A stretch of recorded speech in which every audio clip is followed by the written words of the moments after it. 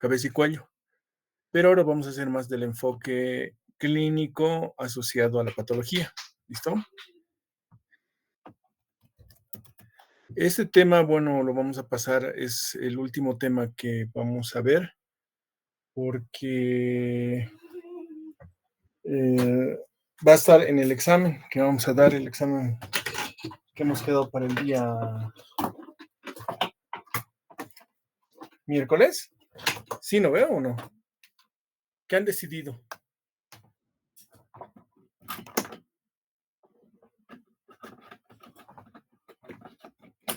¿Qué tal? ¿Qué han decidido? ¿Cuándo vamos a dar el examen final del ROT? ¿Pudieron hablar algo? ¿Me escuchan?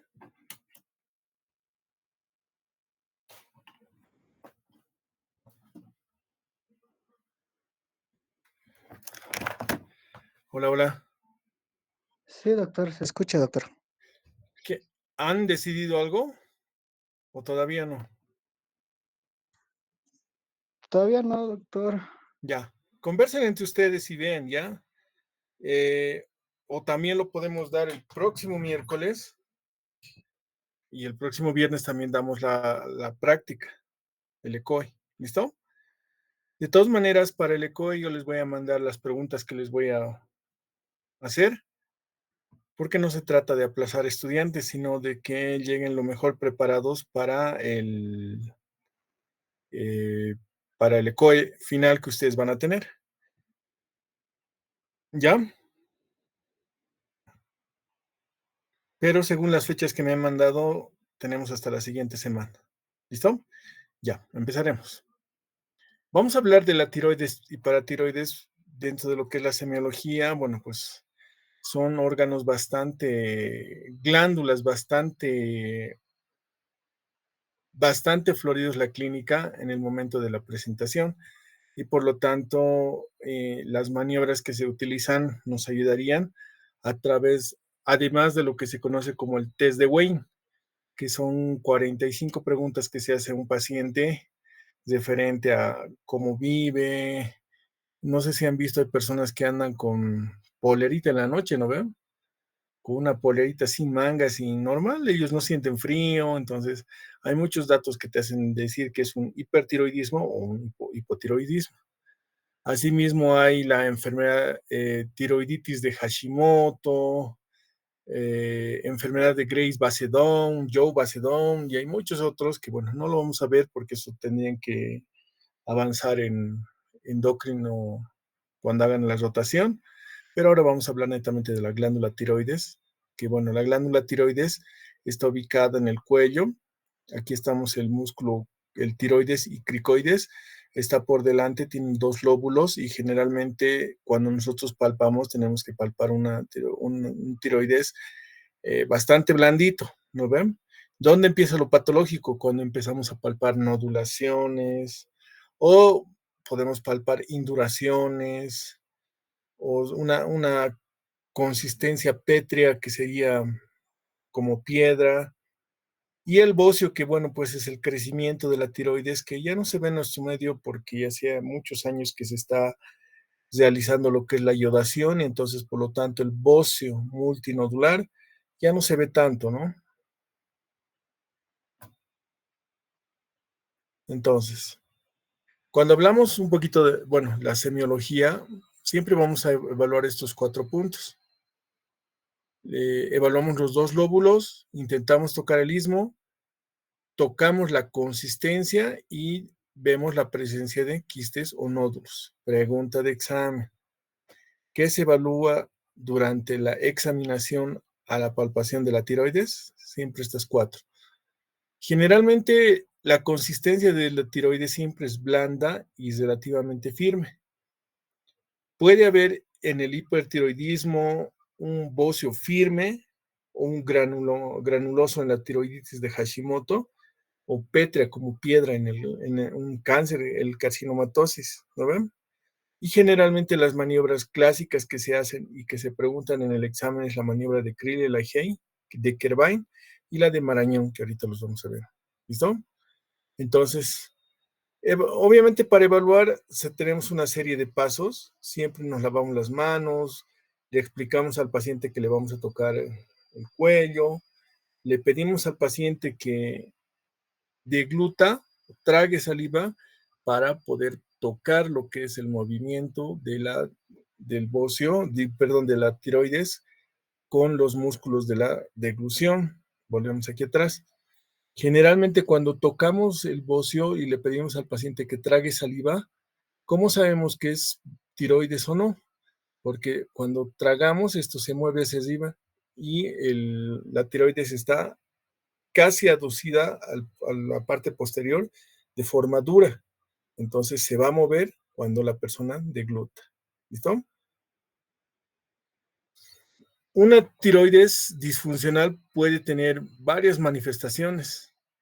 Puede estar asociado a sudoración, temblor. Generalmente siempre medimos en ellos pulsos que pueden ser taquicárdicos o bradicárdicos. A la inspección le pedimos al paciente que se siente, descubrimos esa área y le pedimos que eleve la cabeza hacia arriba. En la inspección siempre tenemos que ver que el paciente esté inclinando, mirando hacia arriba y que sea de forma simétrica al palpar. No tendría que haber crecimiento en ninguno de los lados de la tiroides. Y lo más importante, generalmente la palpación se lo hace de esta manera. Esta es la famosa maniobra de Kervain, ¿no ven? Donde colocamos un pulgar por atrás, los 4 dedos por delante, y fíjense, al lado de la tráquea, de la línea media de la tráquea, se empieza a palpar lo que es, con los pulpejos, la tiroides, ¿no ven? Generalmente la palpación inicia deslizando los pulpejos uno sobre otro y tratando de buscar la estructura que estemos tocando. Generalmente siempre hay una sobreelevación y son como almohaditas que tenemos aquí adelante. Entonces, se le pide al paciente que degluta y si esas almohaditas acompañan el trayecto de la deglución, es decir, hacia arriba y hacia abajo, entonces básicamente estamos hablando de la tiroides. ¿Listo? Pregunta de examen. Maniobra de Kervain. Consiste en rodear el cuello, fíjense, con los pulgares atrás, descansando sobre la nuca y los 4 dedos por delante.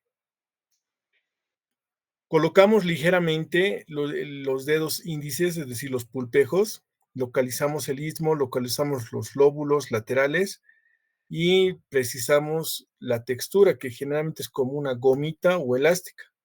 Maniobra de Kervain. Pedimos al paciente que incline ligeramente la cabeza hacia la izquierda para palpar el lóbulo derecho, hacia la derecha para palpar el lóbulo izquierdo. Y mientras estamos examinando, fíjense, le pedimos que trague un sorbo de agua o saliva y de esa manera evaluamos mejor a la tiroides. ¿No ve? Otra forma de palpar es la famosa maniobra de Crille o la Hein. La maniobra de Crille es diferente a la maniobra de la Hein. La maniobra de Crille es la famosa mano en pinza. Entonces lo que hacemos es agarrar como una pincita el cuello, colocamos alrededor del cuello y bueno, pues palpamos derecha e izquierda. Aquí estamos viendo maniobra de Crille o maniobra de pinza y maniobra de la Hay. Ambos son los abordajes anteriores, pero la diferencia es que la maniobra de Crille, fíjense, es como una pequeña pinza donde el pulgar empuja la tráquea hacia el lado contralateral y los pulpejos son quienes examinan la estructura de la tiroides. La maniobra de la Hay, fíjense que no es mano en pinza, sino que colocamos con una mano, la que está haciendo una pinza, empujamos hacia el lado contralateral y con la otra mano, fíjense, agarramos el empuje y palpamos la estructura de la tiroides. Maniobra de la Hay. Generalmente la maniobra de Crille y la Hay son las que más se utilizan dentro de la evaluación. Entonces, si tenemos un paciente, primero, que no sea gordito, que tenga clínica asociada a hipertiroidismo, Entonces, básicamente podemos utilizar maniobra de la Hay cuando son cuellos cortos, maniobra de Crilley cuando son cuellos largos. ¿Lo ven? Y hemos avanzado 3 maniobras. Maniobra de Kervine, maniobra de Crilley y maniobra de la Hay. Pregunta de examen para nuestro examen, por lo menos.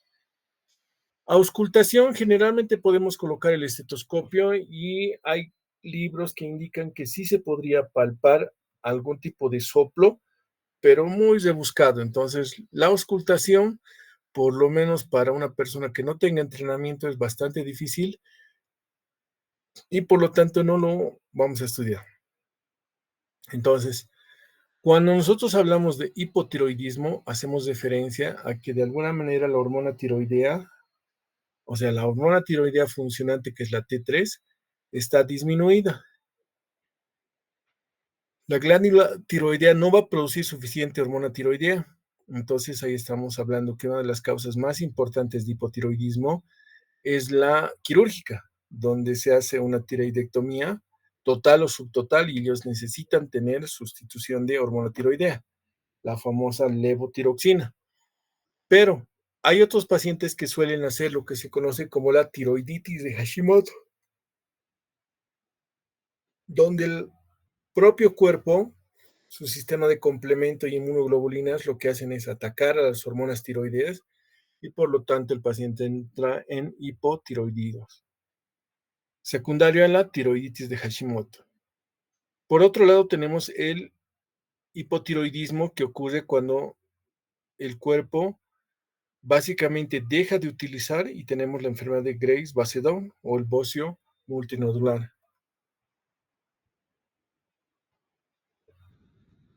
Paralelo a eso también tenemos la enfermedad del paratiroides.